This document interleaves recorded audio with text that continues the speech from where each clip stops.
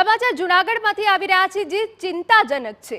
દુર્લભ જોવા મળતો કાવાસાકી રોગનો કેસ સામે આવ્યો છે। 6 વર્ષની બાળકીની સારવાર બાદ રજા અપાઈ હોવાની વિગતો છે। આપને જણાવી દઈએ કે ગીર સોમનાથના તાલાળા ગામના બાળકીમાં લક્ષણો જોવા મળ્યા। જૂનાગઢની સિવિલ હોસ્પિટલમાં પ્રથમવાર કાવાસાકી રોગની સારવાર કરાઈ છે।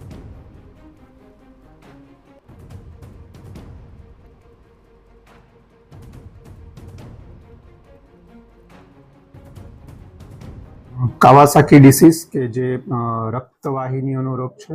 રક્તવાહિનીઓમાં સોજો આવી જાય છે। ખૂબ જ જવલ્લે જોવા મળતી બીમારી છે, પરંતુ ખૂબ જ ગંભીર બીમારી છે। જૂનાગઢ સિવિલ હોસ્પિટલમાં પ્રથમ વખત જ આ રોગનું નિદાન કરવામાં આવેલ છે। વિગત એવી છે કે તલાલાની દીકરી 6 વર્ષની દીકરીને જ્યારે અત્રે દાખલ કરવામાં આવી ત્યારે તેનું મોઢું લાલ થઈ ગયેલ હતું, જીભ પણ લાલ થઈ ગયેલ હતી, સાથળમાં સોજા આવેલ હતા અને ત્યારબાદ પીડિયાટ્રિક્સ વિભાગના ડૉક્ટરે કાવાસાકી ડિસીઝને સસ્પેક્ટ કરી અને એનું નિદાન અત્રે સિવિલ હોસ્પિટલ ખાતે કરવામાં આવ્યું। જૂનાગઢ સિવિલ હોસ્પિટલના બાળકોના વિભાગના તબીબો દ્વારા કાવાસાકી રોગનું નિદાન થયા બાદ જૂનાગઢ સિવિલ ખાતે બાળકીને આઈસીયુમાં રાખવામાં આવી।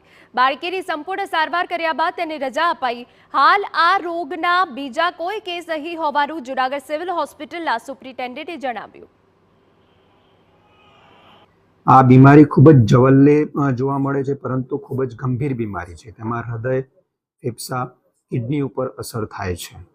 એટલે આ દીકરીને ઇન્ટેન્સિવ કેર યુનિટમાં 16 દિવસ સુધી અત્રે સિવિલ હોસ્પિટલ ખાતે સારવાર આપવામાં આવેલ હતી।